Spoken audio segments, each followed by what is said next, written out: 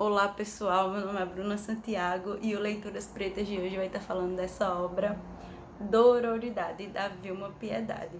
E aí, você já leu? Para quem não conhece, Vilma Piedade é uma filósofa, uma mulher preta brasileira, aquariana, mulher de Azé. E ela nos presenteia não só com a obra, mas também com um novo conceito e um novo vocábulo. Como assim? A palavra dororidade não existia, então então muito menos o conceito, né? Então a Vilma, ela vai fazer esse exercício filosófico de cunhar um conceito que dê conta de explicar a relação entre mulheres pretas. Então você já deve ter pensado em sororidade, né? E a gente vai ver isso um pouquinho mais à frente. Esse livro ele foi publicado em 2017 e logo no comecinho dele, a Vilma ela fala desse exercício, quando é que surge essa palavra e a relação, o momento desse estalo, dessa ideia, né? Ela está numa reunião de mulheres e ela fala de um diálogo dela com outra filósofa, a Marcia Tiburi, e ela fala desse seu estalo de pensar essa palavra dororidade, o vocábulo, e ela vai pesquisar no Google e ver que não conhece, vai pesquisar e ver que essa palavra não existe. Então ela começa a fazer o exercício filosófico de pensar o que seria a dororidade. Para isso, ela inicia com as contribuições de outra mulher preta brasileira, de grande influência nos estudos do feminino negro, que é a Lélia Gonzalez.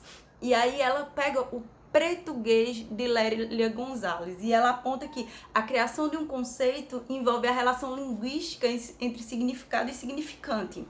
Então ela vai fazer todo um empreendimento filosófico de pensar o que é ser filósofo, o que é criar um conceito, mas ela vai beber também das fontes brasileiras, do próprio vocabulário brasileiro, do nosso português. Como essas relações linguísticas, elas vão envolver relação de poder, elas vão envolver luta de classes. E ela vai fazer essa reflexão sobre o papel dos filósofos em explicar a si, explicar o mundo, explicar a sociedade e como esse conceito de dororidade ele vai ser parido. Então, assim, esse exercício filosófico de tentar explicar a si, a sociedade, o mundo, é o exercício que a Vilma está fazendo quando ela cunha dororidade. E aí, etimologicamente, dororidade nos lembra sororidade, mas só que antes de uma ligação particular entre os dois, né, antes dessa aproximação entre os dois termos, a Vilma ela vai colocar por que a necessidade de um novo termo. Ou qual demanda acontece que precisa se cunhar um novo termo. E aí, na página 12, ela vai trazer o feminismo e nós, mulheres jovens pretas.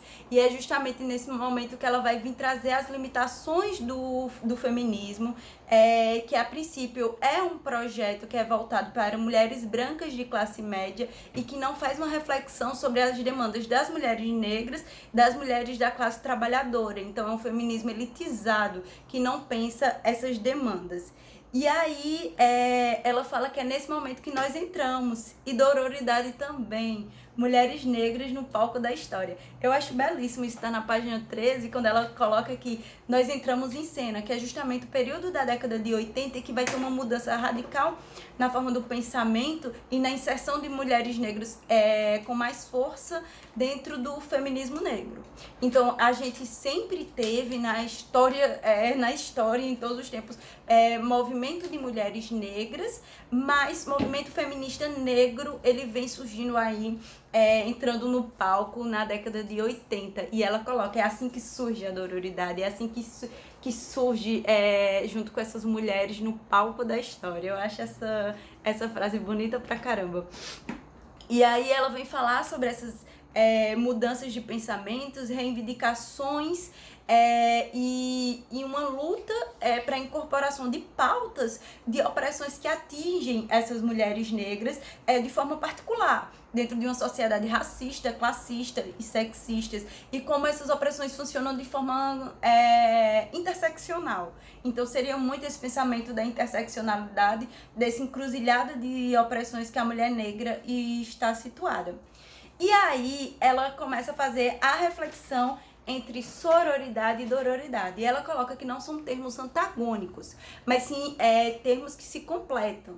E então ela coloca que a sororidade é um termo que vem no feminismo, vem etimologicamente da relação de irmãs soro, e que busca uma união e irmandade entre mulheres, e que isso seria tipo o impulsionador dessa relação. Nossa união entre mulheres seria o impulsionador dessa relação.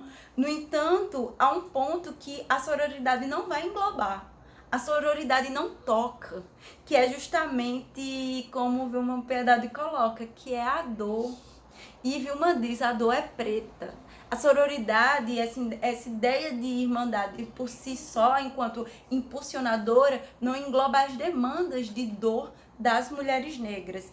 E assim ela coloca que um conceito precisa do outro, um conceito precisa dialogar com o outro. E a dororidade surge para essa suplementação. E aí na página 16 ela coloca que deixa aqui, que é uma passagem muito bacana, né? Que ela coloca dororidade, pois contém as sombras, o vazio, a ausência, a fala silenciada, a dor causada pelo racismo. Então, gente, é interessante que ela fala, né? A pele preta nos marca na escala inferior da sociedade. Então, nessa página 16 e 17, ela vem falando sobre o movimento e sua marca, os movimentos ideológicos. Ela vem falando que os conceitos não existem sozinhos, então ela faz toda uma divagação filosófica para trazer esse termo dororidade. E é justamente quando ela coloca que a dororidade ela vem suplantar, que a sororidade ela não vai dar conta de explicitar a relação das mulheres que são perpassadas pelo racismo. Então, assim, a gente carrega na nossa pele a nossa marca, a marca do racismo, que vai estar intrínseca em todas as vivências, em todas as experiências que a gente carrega. Essa marca que vai ser o papel central da nossa experiência. A raça é a forma como a gente experiencia o gênero, como até a Angela Davis coloca, né? A classe indica a raça, mas a raça também indica classe, e a raça também é uma forma como a gente experiencia o gênero, que vai ser totalmente de mulheres brancas. E aí ela faz esse resgate dessa memória da dor ancestral, do cotidiano que marca a nossa subjetividade, que nos suplanta enquanto indivíduos. E aí ela vai pensar também nas relações de dor e também da resistência a partir da tradição da nossa história. Então tudo isso está intrínseco. A forma como a gente resiste à dor, às demandas, aos auguras que a sociedade impõe. Então ela vai estar colocando isso, a forma como a gente se relaciona entre nós, enquanto essa forma também de resistir. Os enfrentamentos contra as imagens pré-estabelecidas, sobre os nossos corpos, o que Patrícia Hill Collins poderia falar sobre imagens de controle, imagens controladas, essas imagens que tentam definir quem nós somos.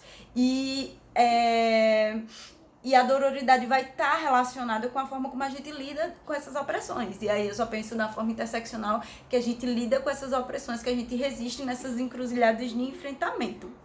E aí, uma coisa que é muito interessante a gente pensar sobre essa ideia de suplementação do conceito, dessa ideia da sororidade enquanto esse impulsionador da relação entre mulheres, mas a dororidade que vem dar conta dessa experiência de mulheres negras, que vai ser um conceito que vai desenvolver para definir essa experiência das mulheres negras, esses reconhecimentos de dor, de relações que são permeadas pelas marcas do racismo, é muito interessante de se pensar.